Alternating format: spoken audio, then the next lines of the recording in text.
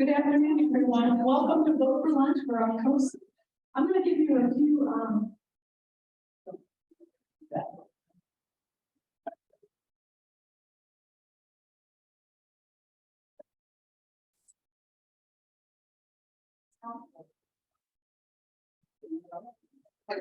instruction.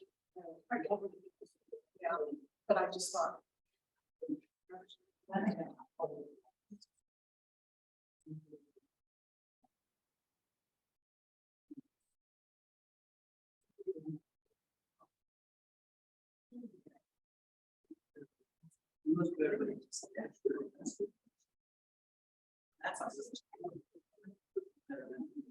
All righty, let's get this started. So I have a couple announcements.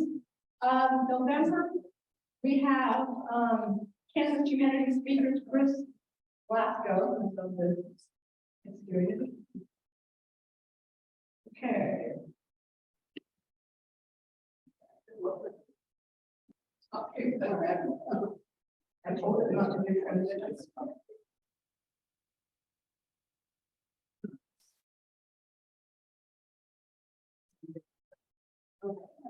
Anyway, Chris Glasgow will be here, and we're often here with the title. And then in December, I have Rick Austin coming, and he's going to speak on being a soldier in the Army during Christmas time. And that ought to be fun. Okay. This time is environmental. What do we? Okay.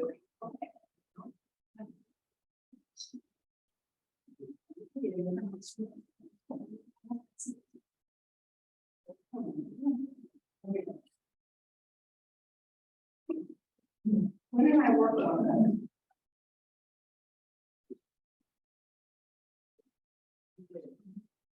We worked on it.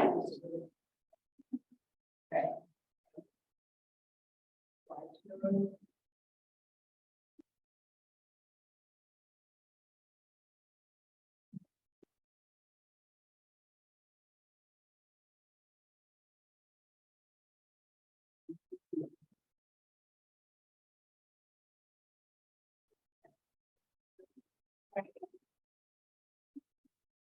Okay, for Christmas, the Friends of Pioneer Memorial Library is selling greenery. It started October 1st. We'll go to the October 3rd. Okay. We don't know what we haven't figured it out yet. But there's all kinds of greenery, wreaths, garlands, table things, all kinds of things. And you can use a credit card, you can use cash or a check. I'll take your form. If you want to send it to someone, you can send it to them across, the United States. It costs a little bit more, but it actually gets there in time. Okay. The thing I want to tell you about is we have Stella Aluminum, which is our story rock Bikes Park, and it's the Bike Park, and it's there until October 23rd. And then if you know anybody that has diabetes or they have it or not. There's an information class with Kristen McCarty, and she's going to be here October 17th at noon, and this is an informational class. And then they start and go forward from there. Okay? But you have to sign up for it. Another thing, options, is doing something at the library October 28th, and it's called Shoes. It talks about what happens, kind of what people go through when they have to use. Remember story time. Yeah, we have ESL class, so they need to learn how to speak English. It's on Thursday at 7:30. And then we also have one thing play with purpose for children. It's kind of a Montessori type environment for children of a certain age. If you have a family of like 3 kids, and they're all in that time frame, or that age group, Judy says they can all come on, they play together, and then it's different than story time. On the ground, and there has to be an adult. It's a great time, and special thing that is going on. And just remember that if there's snow or some kind of activity, and we have to close. It'll be on Facebook, it'll be on our Colby, our website. Sorry, guys. And it will be on our online catalog now. It'll be right there up in the left-hand corner on our online catalog. So those are the ways we can get that to you. So without further ado, I am going to invite Alice Hill to discuss the full moon, the last lynching in Kansas. So Alice, come and do your thing. I know hers will work better than mine. So we'll get into her.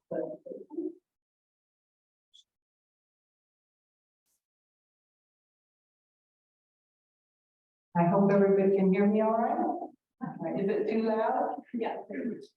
Oh, no, no, it's not. But one more thing. We don't have a lot of your emails. So if you would like to get notifications about the lunch, give us your email. We'll send it to you by email, and then all you have to do is reply and say yes, we're coming, so that you know that you're coming. So.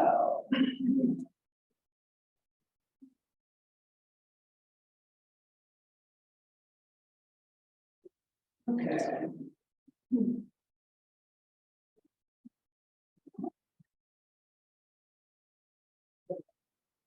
Perfect. Awesome. Put my microphone on and let her speak. All right. Well, thank you all very much for coming this afternoon. It looks like people enjoyed a nice lunch.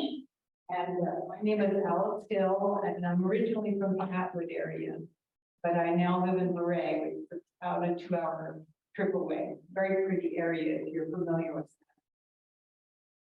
that. I'm going to be discussing the last lynching in Kansas, which occurred in 1932. And I would not be at all surprised if some of these people in the audience don't have personal stories that they have heard as they grew up as well. I want you to understand that I approach this with huge respect and empathy and consideration for the families who were directly involved. I hope very strongly that I've done nothing in any way to offend anyone or to stress anyone. So with that in mind, we will start the presentation. Under the full moon of April 1932, citizens of Northwest Kansas hung Pleasant Richardson Reed from a cottonwood tree for the abduction and violent murder of 8-year-old Dorothy Eileen Hunter. It was an event that shook the foundations of this area and turned decent folks into criminals. This story belongs to the people of Sheridan, Thomas, Rawlins, Cheyenne, and Decatur counties, as well as a smaller way to the German Lutheran settlement of Kit Carson County, Colorado. Many lives were impacted. There we go. This photograph was taken in the Kit Carson County area near where the Richard Reed had homesteaded, north of Burlington. Many lives were impacted and continue to be so by this event. But time affects memories. They grow cloudy and distorted and change through the years. But as I wrote this book, I realized that the event of 1932 revealed themes that were much greater than the primitive justice of the last public lynching in Kansas. The themes of isolation, psychological abuse, ridicule, and failure to intervene are eternally current. I became interested in this subject while I was researching the Shirley Opera House in Atwood for its placement in the Register of Historic Places. During that research, I learned that the last time Dorothy was seen alive was just shortly before her violent death in the Owl Cafe that was on the main floor of that building. When I realized that this was the story I heard as a child from my grandmother, who was using it as a lesson against stranger danger, I was intrigued to be sharing the same space that Dorothy had. And in time, I became compelled, and I use that word strongly. I truly felt compelled to learn more and to tell that story. I didn't know I would be writing a book, but I felt I had to explore the story further. My curiosity led me on a long journey. It took nearly 16 years to complete the book. But despite that length of time, I never lost the sense that it must be told. When I first began digging into the past, and even several years into the process, I did not know what the results would be. A critical turning point came when I learned of Richard Reed's first and only other known victim, Pauline Whitethar, a young girl of 16. Details were revealed during a Christmas time trip to the Denver Public Library to access their microfilm collection. Reed's brutal attack upon Pauline in the spring of 1916, also under the full moon of April, brought him close to dying at the end of a lynching road, but instead resulted in his imprisonment in the Colorado State Penitentiary. With those details, I was able to trace his prison number, and using that information, I made a request to the Colorado Archives for his record. When I received the intake photo from this incarceration, I did not anticipate the impact it would have on me. This picture of Pleasant Richardson Reed, age 38, is what led me to write his story. Not my plan. The book follows 7 families chronologically, from their arrival in Kansas in the 1880s to the culminating tragedy in 1932. This method of telling the story developed as I sought to answer the how, the why, and the who. How did the paths of Richard Reed and Dorothy Hunter cross? Why did he do what he did? Why did he commit both opportunistic crimes at the same time of the year, 16 years apart? And who were the individuals impacted? I wanted to know their stories, not headlines. I worked hard to remain as close to the truth as was possible. I often found discrepancies in the records, even to the point of misspelled names. In fact, the coroner's report has Mr. Reed's name misspelled. When faced with the conflicting details, I chose that which was reported by a credible source or made sense for the people involved, the times, and the locale. More than once, I had to adjust my own thinking based on what I found. In bringing each of the main characters to life, I started with a name: Pauline Whitethar, A.A. Bacon, J.R. Ruberson, and others. Writing a historic, creative, nonfiction account is like archaeology. A bone or a jewelry shard is found. It is a small piece of a puzzle, picture of which you cannot tell. But more pieces are found, cleaned, and set into place. Eventually, there are no more pieces remaining, and the puzzle must be filled in as best as possible, using available clues and known information. A little like the dinosaur recreations in the museums when they have a bone this big and they become that big. But that is how I work with this. As many details I could find, I put them all together, and then the story was filled in. As you can see from my working document, many facts went into filling in. This is Mr. A.A. Bacon's research. The details and events contained in the recreation are based on newspaper reports, interviews, recollections recorded in county history books, other books of that time period, and from my own personal experience of living in Rawlins County. Vital to the search were the Ancestry.com website, census reports, and obituaries. As an example, I will highlight the character of William Thomas, He is the last person who is brought into the narrative. His life story was based on an interview taken shortly before his death, which was recorded by Robert Lewis Sr. and presented as part of a talk given to the Outlet Rotary in 1987 on the subject of mob action. I was given a copy of that interview by Ruth Hayden. Maybe some of you knew that fine lady. And from that interview, which gave hints of his life and told of the things that were important to him as he neared the end of his life, I formed a story as possible to what I felt he lived. Elderly men that I'd met while working in the nursing home as a registered nurse, men who had been William Thomas's contemporaries, had shared with me the stories of their lives. Those stories were clues that gave me an intimate sense of his character. William Thomas was interviewed in Delta, Colorado.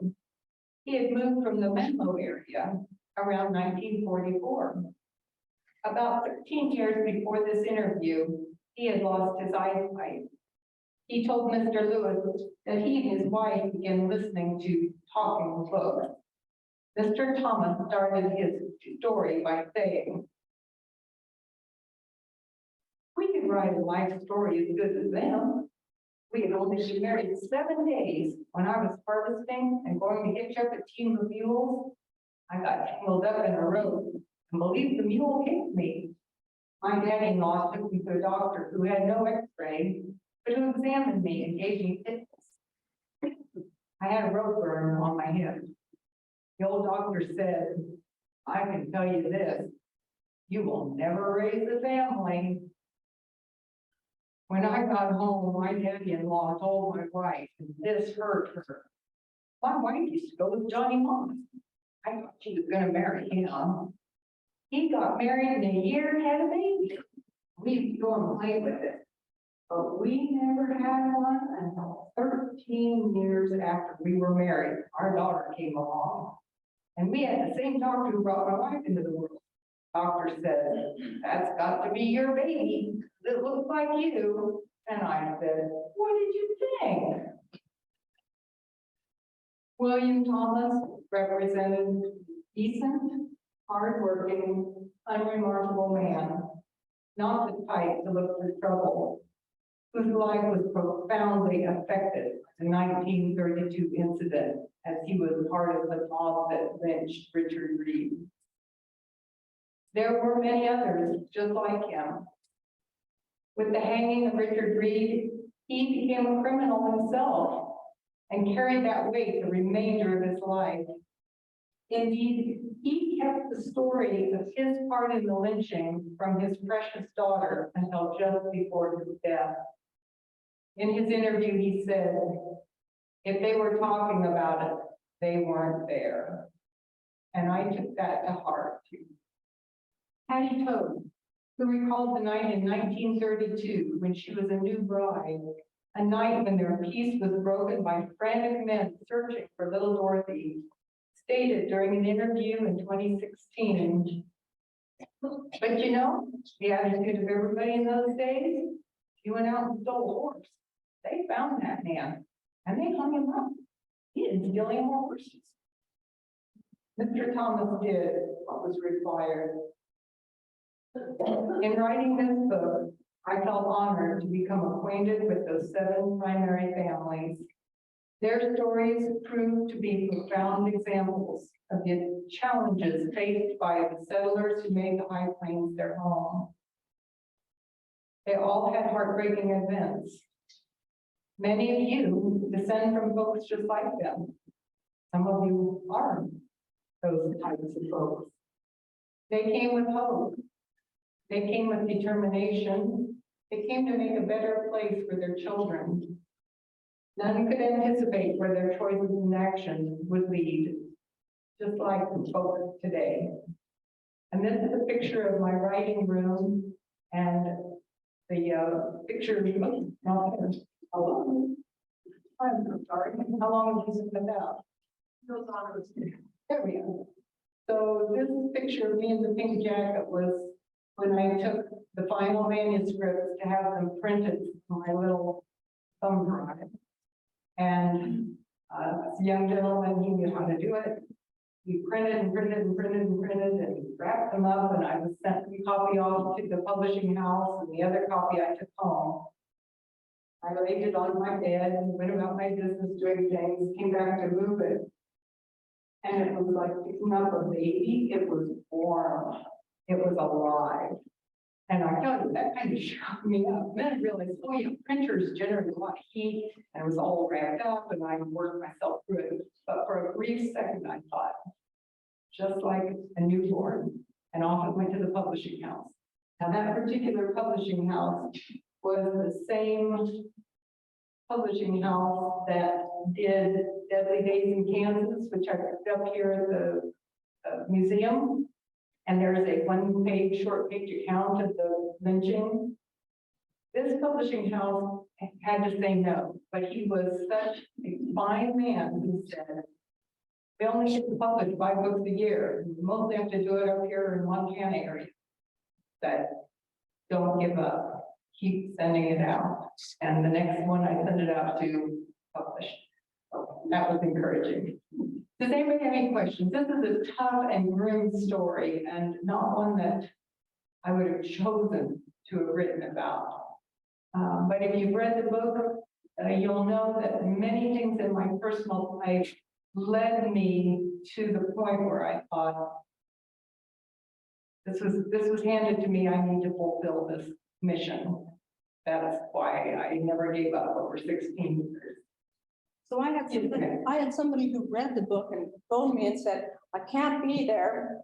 Can you ask her about the guy who was, said he had abuse and then later killed the person? If there was proof, or was it supposition, or what was it that made you link those two? In every circumstance within this book, every single activity that occurred was based on an actual event. It was a composite, though, not always directly to that one person. Children were left at home to run the farm at ages when we would be still walking them across the street to put them on the school bus. Children were abused frequently. The account of a child being left at home in charge of the farm and having a stranger come in and brutally molest them was an actual event that occurred in that same time period. There are no clear chain of events in this man's life, but every clue that made me feel as though it was a traumatic brain injury that set him apart and made him appear to be mentally deficient, that made him a social isolate. All of those things are actual. Everything in the book has a factual base to it, but it is more of a composite. The representation of living on a ranch, of living on a farm, of trying to garden, of trying to raise animals, watching your children sicken and die, those are all things that happen over and over and over again. So it was a capture of a period of time that was very common, very normal for that period of time. Was it something about the moon or something about the day? Was it something about the event that made it, that you associated it with really clearly? Or Well, I'll answer that in 2 ways. One is his first event when he was 53 or 38 years old. It would happen in the full moon of April. He attacked Pauline. 16 years later, with no apparent repeat of that kind of behavior anywhere that we could track down, and I looked very long and hard, even tracing him as far as California. He had family in California, and there were some episodes in California, but I could not trace him in that space, or I could not include that second event. And these were opportunistic events.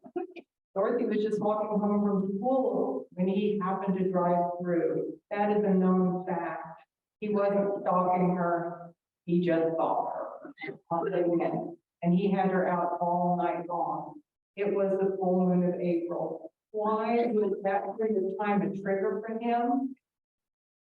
Who will ever know for sure, because there's no one left to say, but something in his psyche caused him to act out during that period of time of the year. And that's why I have the stranger attack him during the full moon of April when he was a child. He associated pain and suffering and then alcohol. That bootleg alcohol was a major factor in this, and it was toxic, it was a poison, and it really made people insane for a period of time. Yes, sir. I was personally acquainted with the Honorable Pine Curtis, who was the county clerk elected Thomas County in 1932, along with Roosevelt, and sworn in January of 1933. Pine told me personally his experience that he was called at about 11:30 at night by the sheriff to come up and witness a confession. Those of you that are old enough to remember the old jail. We went up and asked the man if it was his own free will and accord that he was going to sign this confession. Mine told me he was rather nonchalant about it. And that he said yes, and he signed it. Mine then went back home. Under state law, the Honorable County Clerk is authorized to notarize documents. So then the sheriff later that night, I believe, became concerned that his prisoner might be taken from the jail. And those of you that are old enough to remember what our old jail was, it really was not a secure place. And so the sheriff of Thomas County took the prisoner to Cheyenne County because they did have a nice jail up there. The lynch mob found out about it. They went up to the Cheyenne County sheriff and they said, "We're going to burn down your courthouse. If you don't turn this in." So we did. Under Kansas law, a sheriff automatically forfeits his job, his office, when he allows a lynch to take place. He gives up a prison.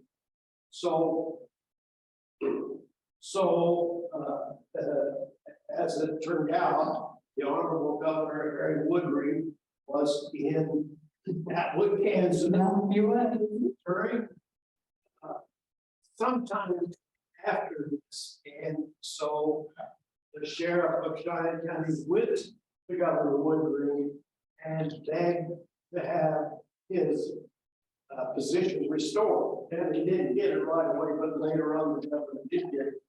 Because I think he figured out the county would have lost the courthouse. I have a watercolor that Ken Mitchell painted for me, as near as possible from his imagination of the scene of the lynching. And I don't display it because one thing. I applaud your effort at trying to educate all of us about the irresponsible activities that a mob can do. Sorry, it's not more, but fine.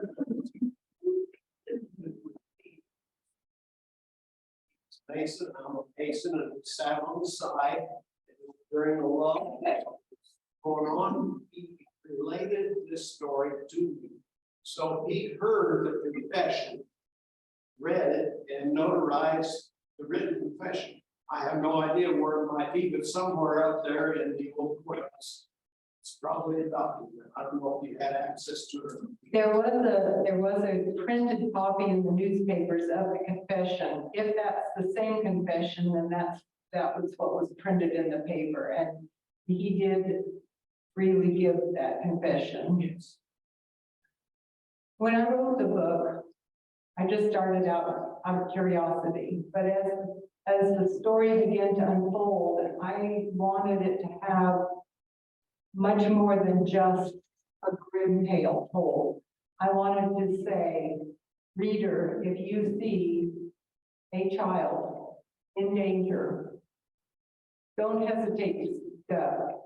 If you see a person being bullied or ridiculed or picked on or isolated, step up, help them. It may be the one voice in their day that makes a difference to them.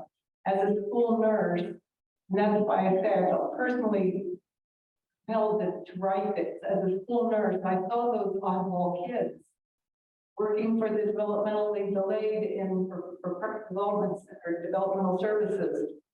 I had that experience to build on. It all tied together, and it almost always boils down to a lack of intervention at a critical point in somebody's life. You know that child or that young person's in trouble, and you can say, man, I could step in there, or I can be quiet and walk away. Step in, help them out. Even a warm smile or a pat on the shoulder can make a big difference in somebody's life. Almost every person who finds themselves in prison has been abused in some form or another in their lives. That was the bigger theme I wanted to get from this.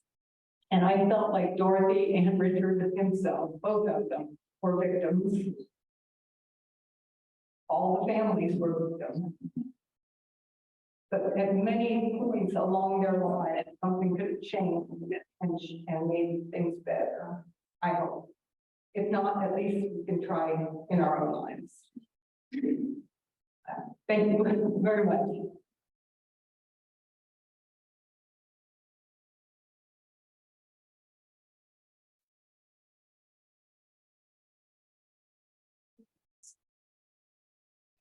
No.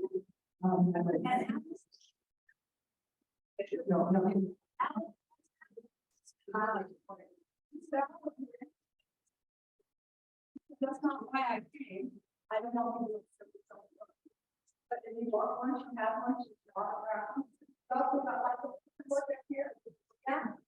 And, all of the things, some of the things we had on that big table. And we'd love to have you together. So, thank you for coming. We'll see you next month. Email us or call us if you're coming so we know. We had a certain number this month and we put a few extra in and we're still out. So we need to expand some. So let us know if you're coming. And even if it's the last moment. Thank you very much.